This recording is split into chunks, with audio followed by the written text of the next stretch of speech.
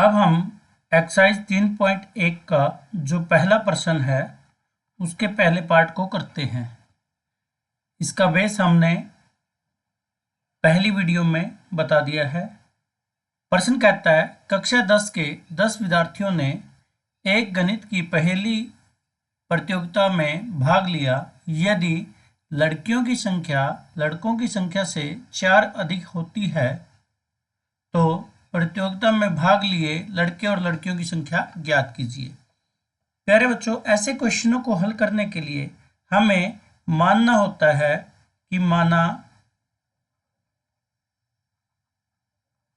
माना लड़कों की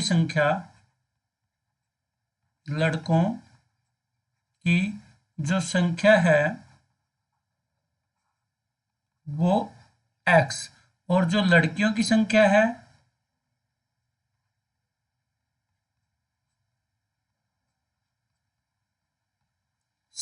है वो हमारे पास y है। ये हमारे पास प्रश्न में दिया हुआ है। अब प्रश्नानुसार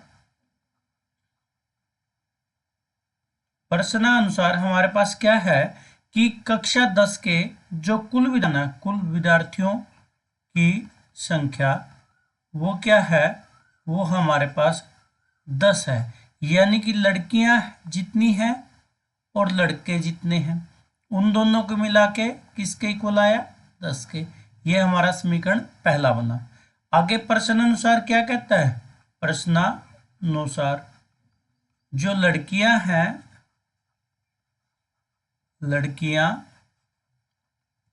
वो लड़कों से कितनी अधिक हैं, 4। यानी कि लड़कियां कितनी है, y, और लड़के कितने हैं, x, और कितने, 4। अब इसको हम क्या करेंगे, x को इस साइड ले आएंगे लेफ्ट साइड, तो हमारे पास क्या हो जाएगा, माइनस का x plus y is equal to 4। क्योंकि x इस राइट साइड में है, इसको लेफ्ट साइड लेके आएंगे तो इसका निशान चेंज हो जाएगा। ये समीकरण हमारे पास 2 आ गया। इन समीकरणों को हल करना है। यहाँ पर यह कहता है लड़के और लड़कियों की जो संख्या है उसको आप बताइए। इस प्रश्न को हल करने के लिए हम ग्राफ विधि का प्रयोग करेंगे। ग्राफ विधि का प्रयोग करने के लिए हमें क्या चाहिएगा, हमें चाहिएगा कि हम सारणी बनाएं। सारणी किसके लिए, समीकरण 1 के लिए। सारणी समीकरण 1 के लिए बनाएंगे तो हमारे पास सारणी इस प्रकार से बन जाएगी।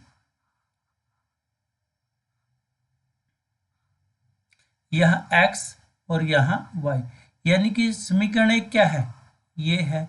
समीकरण 1 में क्या है, x और y है। मैं यदि x की जगह पे 0 रख लेता हूँ, यहाँ पर अगर मैंने x क्या रखा, 0 रखा, तो हमारे पास सारणी समीकरण 1 के लिए निकाल रहे हैं तो y की वैल्यू क्या आ जाएगी, 10 आ जाएगी। क्योंकि यहाँ पे x की वैल्यू 0 आ जाएगी तो y की वैल्यू 10। इसी प्रकार यदि हमने y को 0 रख लिया तो हमारे पास क्या होगा, हमारे पास यहाँ जो x की वैल्यू है वो 10 आ जाएगी। यानी कि यहाँ x की वैल्यू 10 जब y की वैल्यू 0 है। तो इसके लिए निर्देशांक क्या होंगे, निर्देशांक सारणी समीकरण 1 के लिए क्या होंगे, 0 और 10, और क्या है हमारे पास 10 और 0। इसी प्रकार सारणी समीकरण 2, सारणी समीकरण 2 के लिए भी हम निकालेंगे। तो वही उसी प्रकार से हम क्या करेंगे, x रखेंगे और y रखेंगे।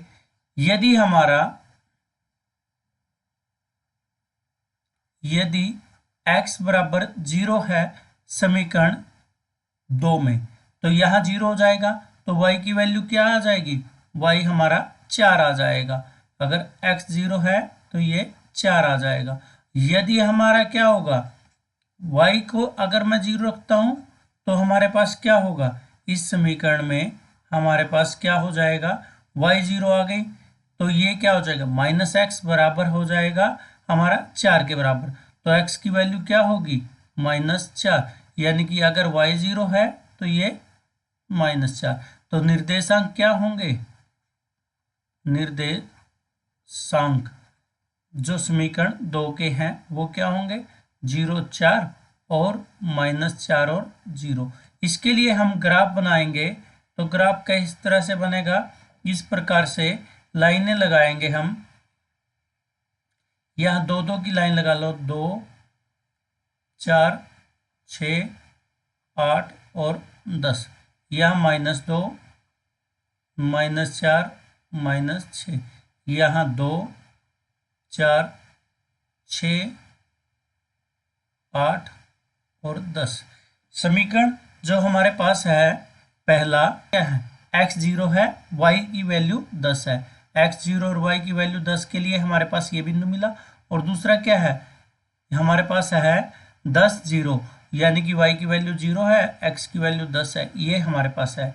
तो हम इसको जब हल करते हैं तो हमारा ग्राफ जो रेखा है वो इस तरह से इसके अंदर से निकल जाएगी, वो होती हुई दोनों पॉइंटों से निकल जाएगी। ये समीकरण हमारा एक के लिए रेखा हो गई।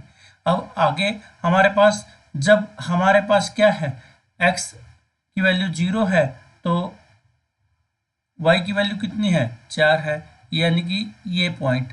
और दूसरा क्या है, जब x की वैल्यू -4 है तो y की वैल्यू क्या है, 0 है। तो हम जब इधर से भी ये रेखा निकालते हैं तो हमारी क्या रेखा निकल जाती है, इस तरह से निकल जाएगी।